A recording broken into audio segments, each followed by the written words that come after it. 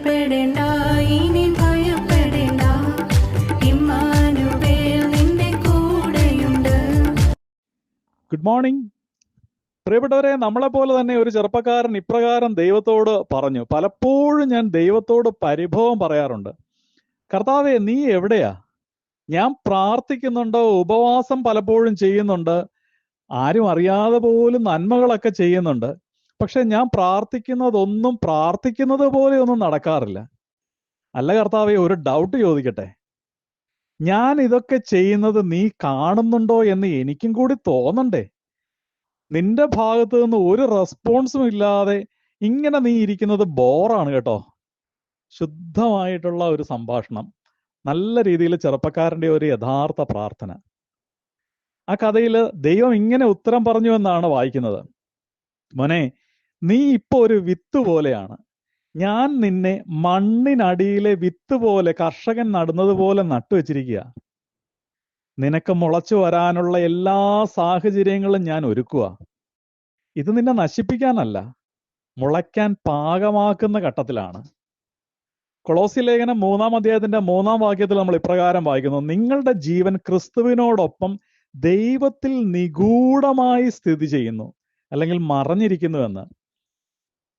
NLT-യിൽ ഇങ്ങനെയാ വായിക്കുന്നത്: your real life is hidden with Christ in God.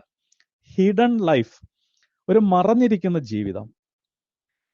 നമ്മെ ദൈവം ക്രിസ്തുവിൽ മറച്ചു വെച്ചിരിക്കുകയാണെന്ന് ആ സ്നേഹം ഒന്ന് തിരിച്ചറിയാം.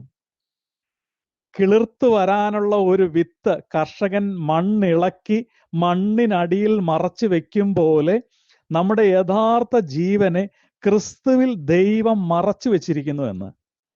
ഒരു വിത്ത് മണ്ണിനടിയിൽ ഒളിപ്പിച്ചു വെച്ചിരിക്കുന്ന സമയത്ത് നട്ടവനല്ലാതെ മറ്റാരും അതിനെക്കുറിച്ച് അറിവില്ല, ആരും അതിനെ കാണുന്നില്ല, ആരും അതിനെക്കുറിച്ച് പ്രശംസിക്കാറോ പറയാറോ പോലുമില്ല.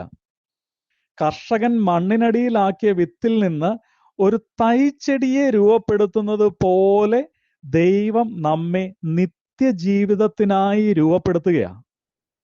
ഈ സമയത്ത് ചിലപ്പോൾ ആരും നമ്മെ ശ്രദ്ധിക്കുന്നില്ല. ചില ഒറ്റപ്പെടലിന്റെ അനുഭവം, ചില വേദനകളുടെ അനുഭവം, ആ വിത്ത് പൊട്ടുന്ന ആ വേദനയുടെ അനുഭവം.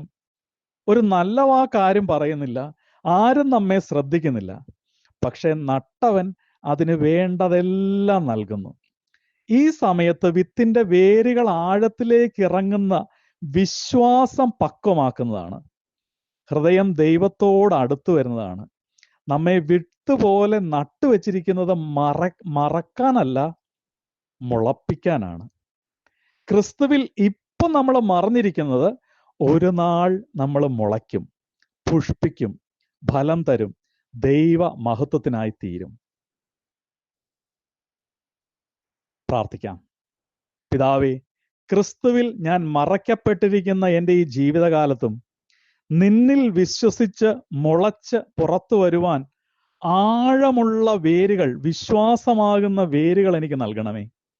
നീ ആഗ്രഹിക്കുന്ന തക്ക സമയത്ത് എന്നെ മറ്റുള്ളവർ കാണും വിധം പുറത്തു വരുവാൻ, വാടാതെ വളർന്ന് പുഷ്പിക്കുവാനും സ്വർഗരാജ്യത്തിന് വേണ്ടി ഫലം തരുവാനും എനിക്കിടയാകട്ടെ. അങ്ങനെ അങ്ങ് എനിക്കായി ഒരുക്കുന്ന നിത്യതയിൽ ഞാനും അങ്ങയോടൊപ്പം വസിക്കട്ടെ. യേശുവിൻ നാമത്തിൽ തന്നെ ആമേൻ. നല്ലൊരു ദിവസം ആശംസിക്കുന്നു. കൂടെ നടക്കാം, നിത്യത വരെയും അവൻ നമ്മെ കൊണ്ടുചെല്ലും. ആമേൻ. സിംഹങ്ങൾ നടുവിൽ തള്ളപ്പെട്ടാലും ഭയപ്പെടേണ്ടിനിയും,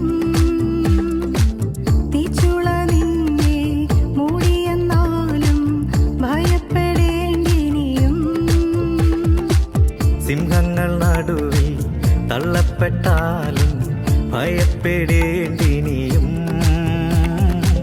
തീച്ചുള നിന്നെ മൂടിയെന്നാലും ഭയപ്പെടേണ്ടി